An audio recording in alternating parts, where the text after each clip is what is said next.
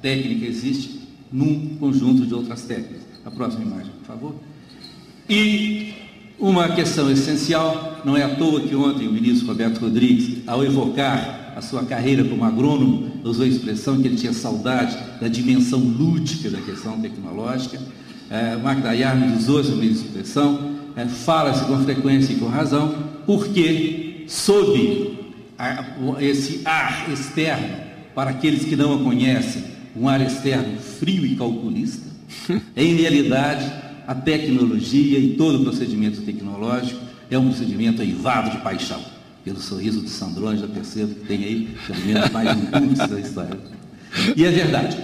E quem participou é um grande número de pessoas aqui nessa sala que fizeram do processo de inovação tecnológica, do processo de desenvolvimento de tecnologia, conhece a excitação, a emoção da invenção dessa solução, de como é um trabalho em equipe, como a emoção de chegar a uma solução nova, ela é extraordinária, é mesmo da ordem do jogo. Inovar e mudar a regra do jogo. Pode ser uma mudança radical,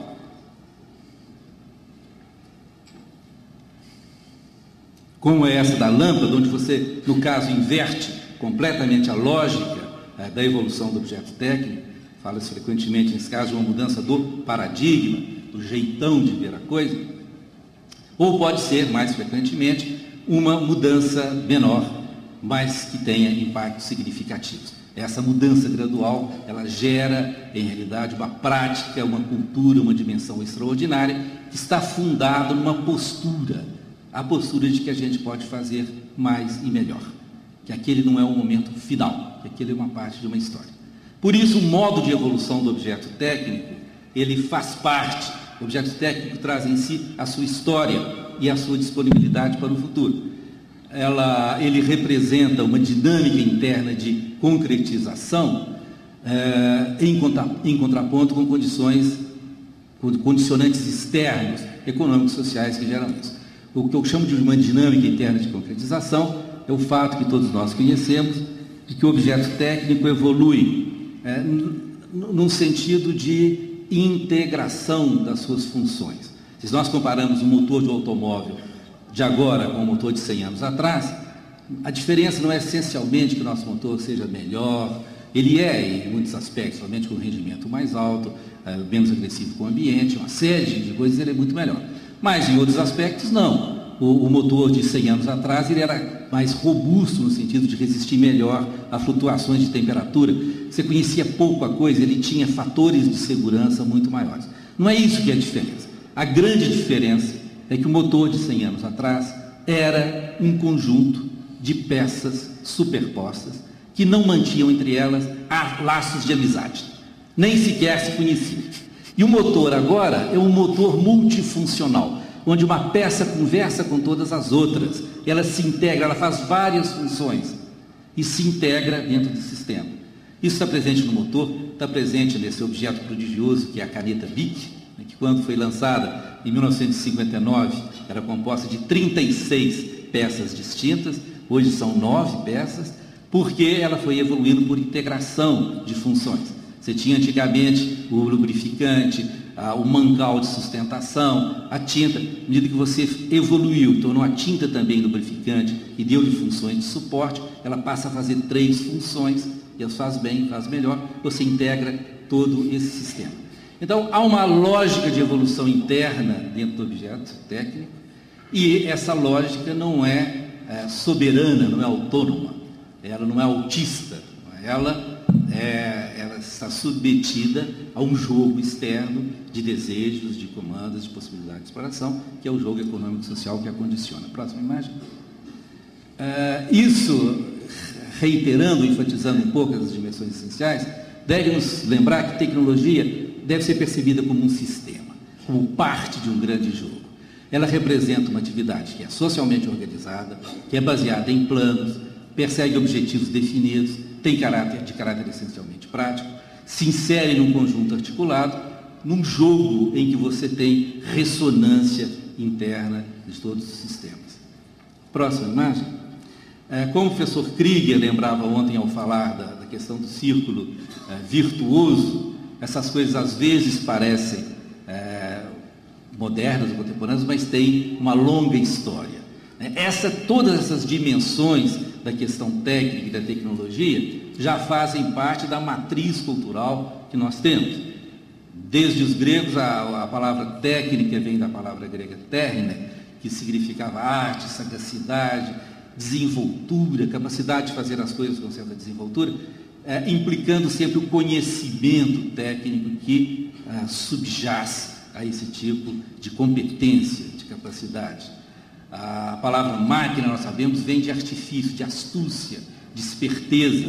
Não é à toa que tinha o deus ex machina, que quando a situação na peça estava embaralhada e sem saída, colocava aí uma solução miraculosa. Essa ideia de uma solução astuciosa, esperta. A palavra mecânica vem do mecânica terne, que significa exatamente em grego a esperteza. Que isso tem uma dimensão cultural, está presente em toda parte. Lembrando que Aristóteles dizia que a técnica é uma exis significa um hábito que eu adquiro socialmente, um hábito que a minha cultura me ensina, um ethos, uma forma de proceder, e poietike, que é de criação, de criar coisas. Então, Aristóteles dizia que a técnica é uma exis poietike, ou seja, um hábito, uma disposição criadora adquirida ao viver naquele ambiente.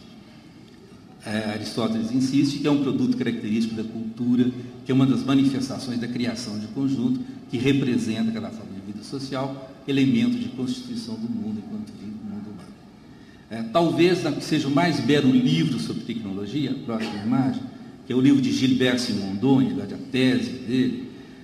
Ele elabora longamente essas questões e diz com absoluta simplicidade e grande felicidade que o que reside nas máquinas é realidade humana, é o gesto humano fixado e cristalizado em estruturas que funcionam. Antes de ser a máquina, ela foi pensada, ela foi sonhada, ela foi desejada, há planos, há competência, há essencialmente a aventura humana que nela reside. Próxima imagem. Ora, isso dá ao objeto técnico uma personalidade própria.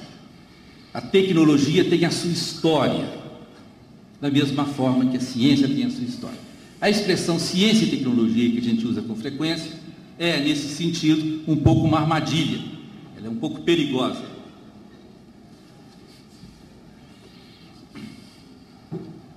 Porque, como dizia o grande filósofo Olavo Leite Cafunga Bastos, goleiro legendário do Atlético Mineiro, uma coisa é uma e outra coisa é outra.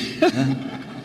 Por longo tempo, a tecnologia e a ciência seguiram trilhas separadas. Aparentemente, a tecnologia mais antiga, o Homo faber, o objeto técnico, né, precede a elaboração sofisticada e cultural. Essa coisa começou o namoro mesmo, a gente sabe, só no século XVII, quando se criou essa abordagem. Galileu é o nome mais confortável para lembrar isso, mas toda aquela cultura daquele momento, onde a questão científica passou a ser a de produção de efeitos sobre o qual a ciência vai se pronunciar. A ciência passou a produzir aquilo sobre o qual ela fala e, através disso, gerou-se nesse grande, frutuoso, fecundo universo. Ora, isso implica já um encontro, vamos dizer, do intelectual e do artesão dentro desse processo. E a matriz, a semente, pelo menos, da interação entre ciência e tecnologia, ela claramente aparece aí. Esse exemplo de Edison precede a emergência dos laboratórios industriais que a gente vai ver no século XX. É o que se passa no século XIX.